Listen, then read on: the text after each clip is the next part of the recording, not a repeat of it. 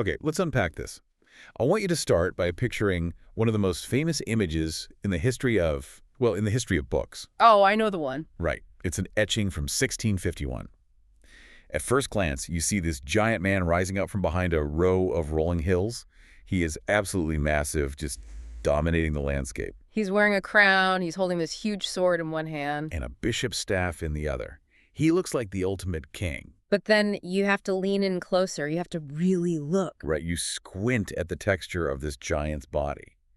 And you realize his skin isn't made of flesh. It isn't armor. It's made of people. Thousands of tiny individual human beings all packed together, and they're all looking up at the giant's face. It is terrifying, and it is beautiful. And that is the Leviathan, the artificial man. And that image just perfectly captures the sheer ambition of the book we are diving into today. We are looking at Thomas Hobbes' masterpiece, Leviathan. And look, if you've heard of Hobbes, you probably know the greatest hits. The hits, yeah. Nasty, brutish, and short.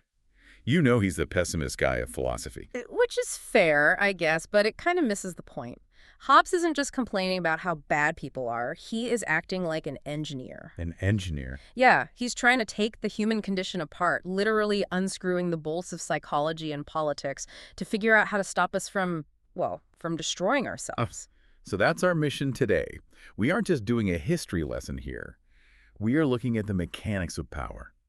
Why do we fight? Why do we obey? And is it possible to have total safety without giving up every single ounce of your freedom? The stakes couldn't be higher for him, right? Oh, absolutely not. He wrote this right after the English Civil War. I mean, he watched his friends die. He watched the king get beheaded. He saw society completely collapse into anarchy. So for him, this wasn't just some academic exercise. No, this was a rescue mission.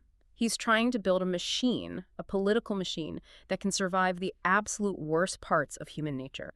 And he starts that rescue mission in a surprising place. He doesn't start with laws or kings or armies. He starts with the eyeballs. He does. He starts with sense. And this is the first big takeaway for you, the listener. Hobbes is a materialist. Materialist in the philosophical sense, right? Yeah. Not that he likes buying expensive cars or accumulating stuff. Right, exactly. Yeah. He means that the universe is made of stuff, matter. And that is it. No magical spirits, no ghosts, no mystical vibes. Just matter in motion. Just matter in motion.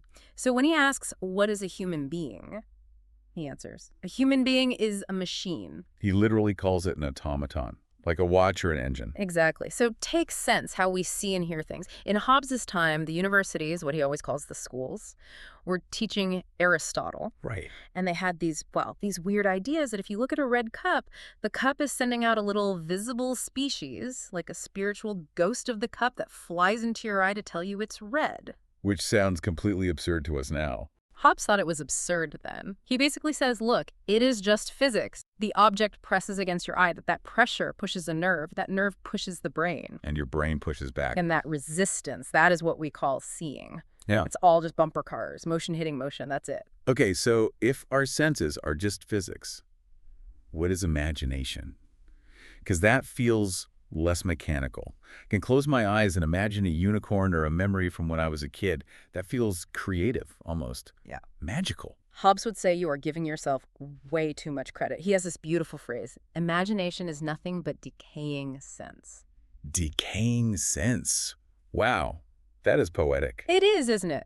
Think about throwing a rock into a pond. The splash happens. That's the sense. Okay. But after the rock is gone, the ripples keep moving for a while. That is imagination. It's just the aftershock of the physics in your brain. So memory is just the same thing. Well, same thing, yeah. It's just looking at those fading ripples and saying, hey, that happened a while ago. So everything inside our heads, every dream, every idea, every memory is just old debris from things we've physically experienced. Precisely.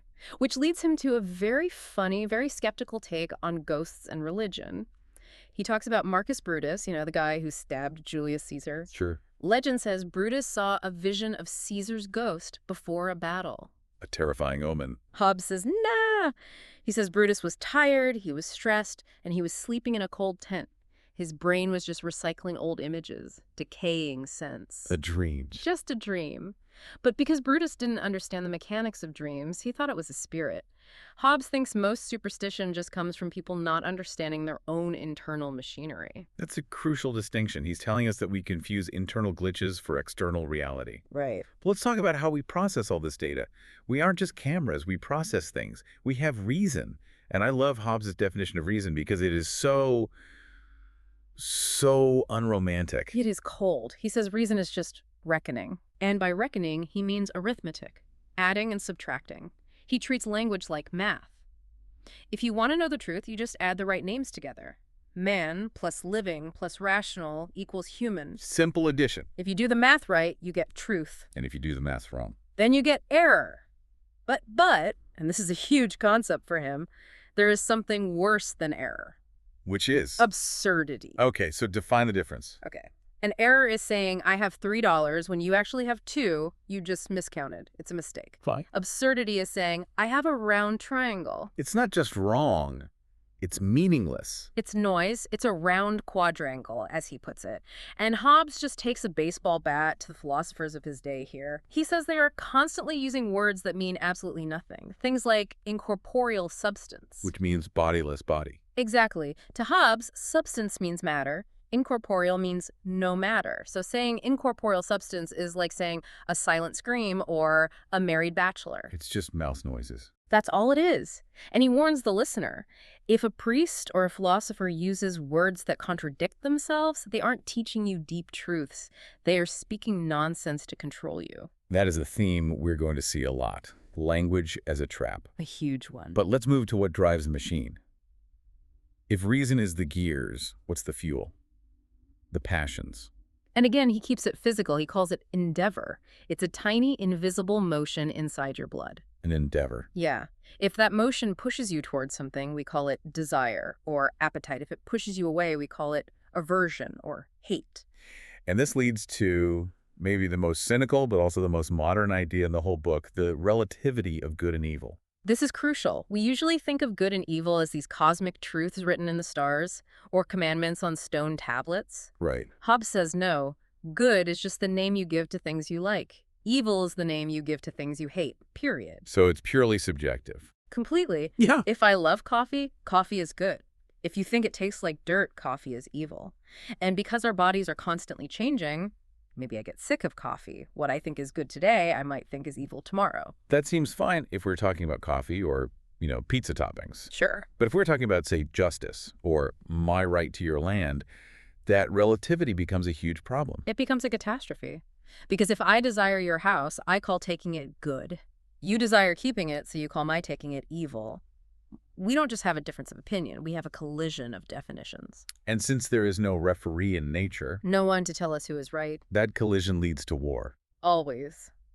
Which brings us to the most famous part of the book, Section 2, the natural condition of mankind, or, as it's usually called, the state of nature. This is a thought experiment, right? It is. Hobbes strips away everything. Imagine no police, no government, no laws, no schools. Just humans in the wild with their desires. What happens? My first instinct is to say, well, the strong would rule the weak. The Arnold Schwarzeneggers of the world would run things. Yeah. But Hobbes says something really surprising about equality here. He does. He says we are all terrified because we are all equal. Equal in that way. Equal in the ability to kill each other. Wow. Hobbes says, sure, you might be stronger than me physically, but I can wait until you're asleep and bash your head in with a rock. Or I can get 5 of my friends to hold you down. So no one is so strong that they are safe. No one. And that is a horrifying kind of equality, the equality of vulnerability. It really is. And because we are equal in ability, we become equal in hope. We all think, hey, I can probably take that guy. So when 2 people want the same thing, water, land, glory, and they can't both have it, they become enemies. And he breaks this down into 3 specific causes of war. 3 reasons why we will always fight if no one stops us. Right. The first is competition. That's simple greed. I want your cows. I attack you to get them. That's offensive violence. Makes sense. The second is diffidence. Which is an old word for distrust or fear. This is defensive violence. Okay. Even if I don't want your cows, I'm terrified you're going to come for mine.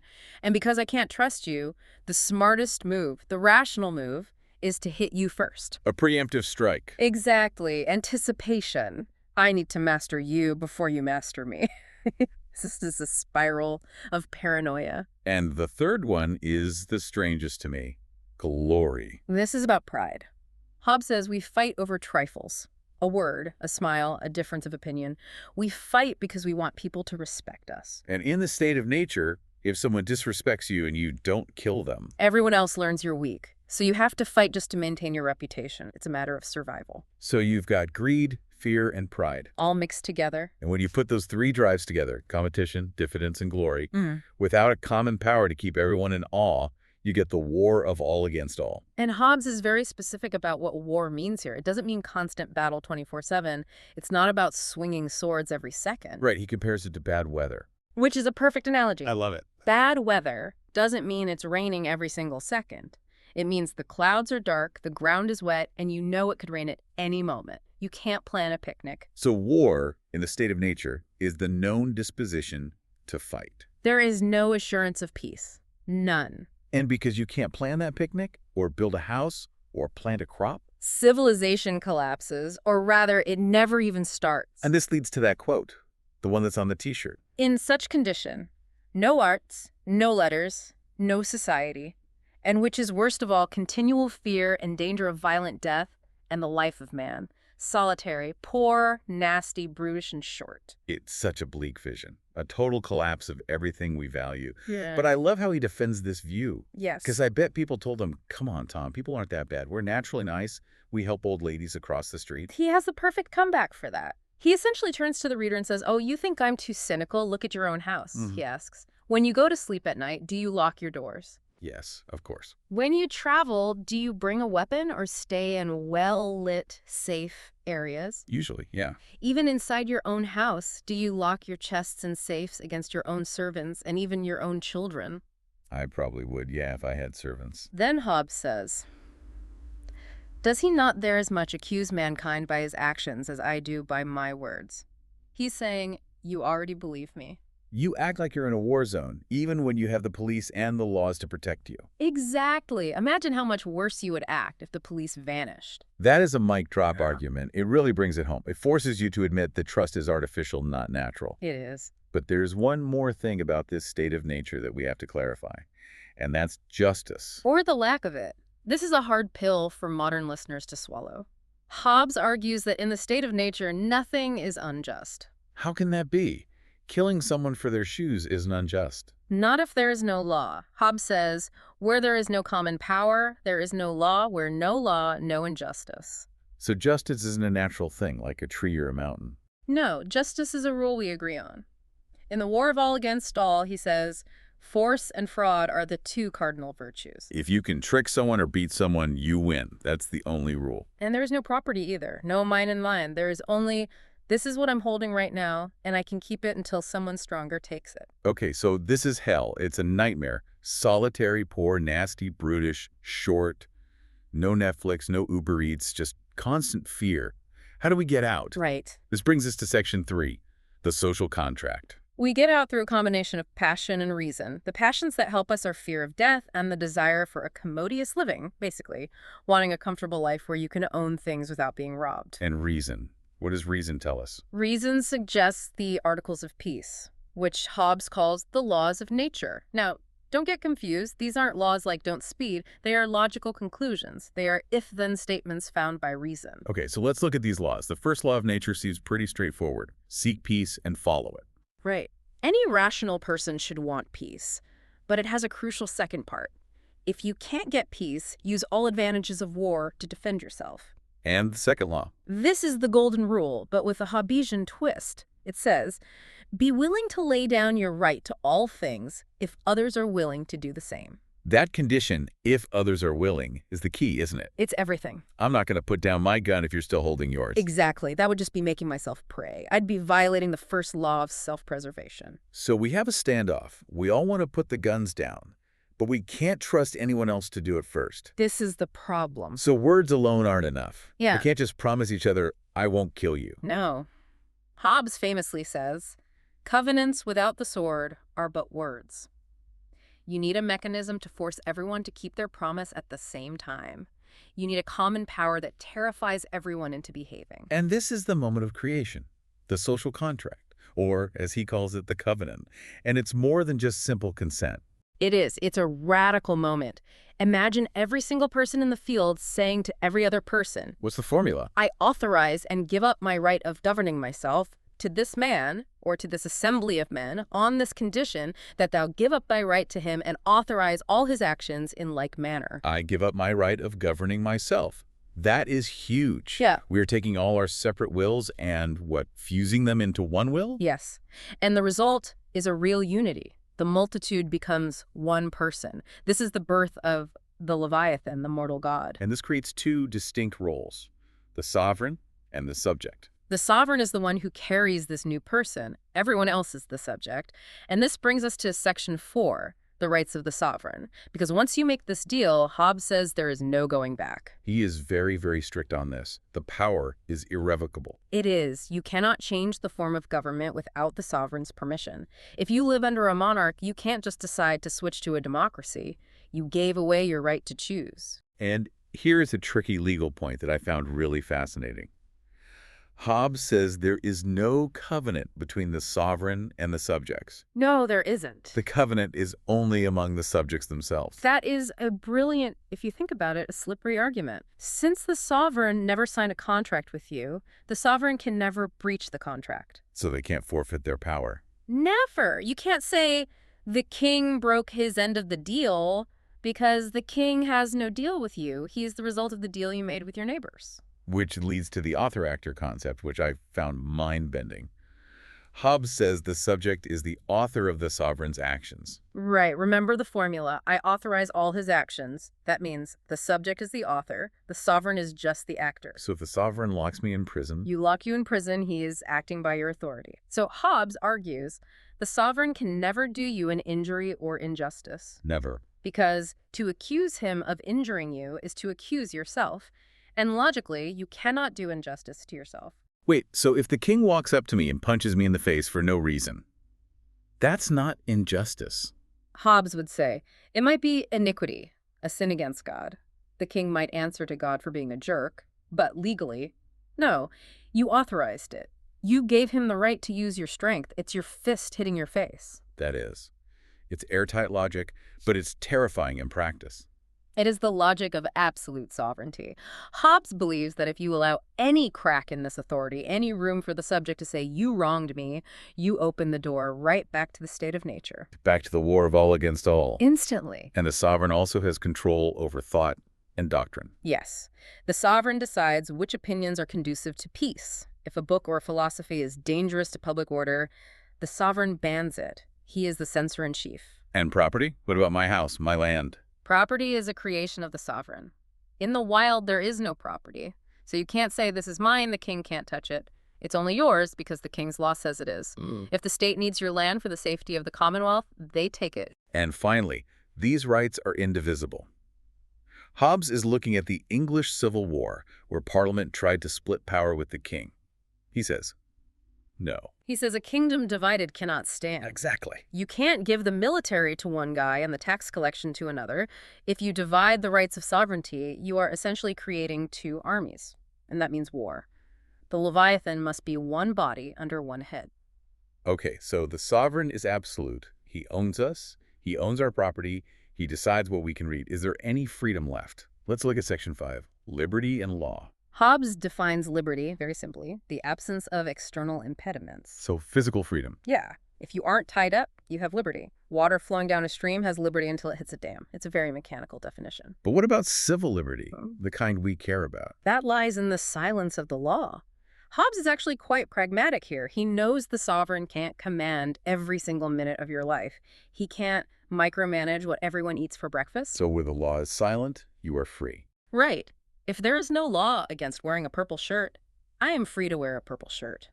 You can choose where to live, what to eat, what trade to follow, who to buy from, as long as the sovereign hasn't explicitly forbidden it. But there are true liberties, exceptions, where you can actually disobey.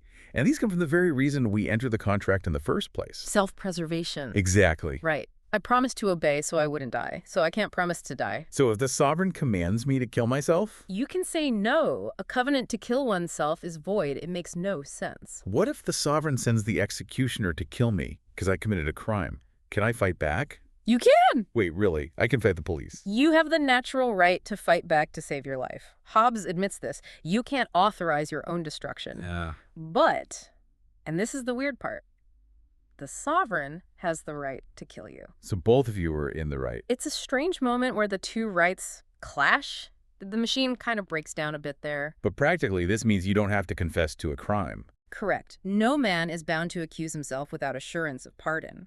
This is the root of the right against self-incrimination, like the Fifth Amendment in the U.S. Hobbes says you can't expect a man to help destroy himself. It just goes against the physics of survival. Let's clarify the difference between civil law and natural law here. Good point. Natural laws, things like equity, gratitude, seeking peace, they're just qualities or conclusions of reason. They aren't laws with a capital L. Until the Commonwealth commands them. Exactly. Civil law is the command. And Hobbes says the sovereign is the sole legislator and is not subject to the civil law. Because he can just change it. Right. If he is bound by it, who binds him? A judge?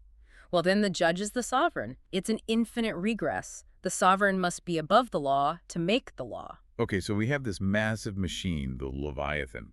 But machines can break. Section 6. Threats to the Leviathan. Hobbes calls them internal diseases. Yeah, and he uses these medical analogies throughout the whole book. It's like he's a doctor. He writes like a doctor diagnosing a patient. One great disease is imperfect institution.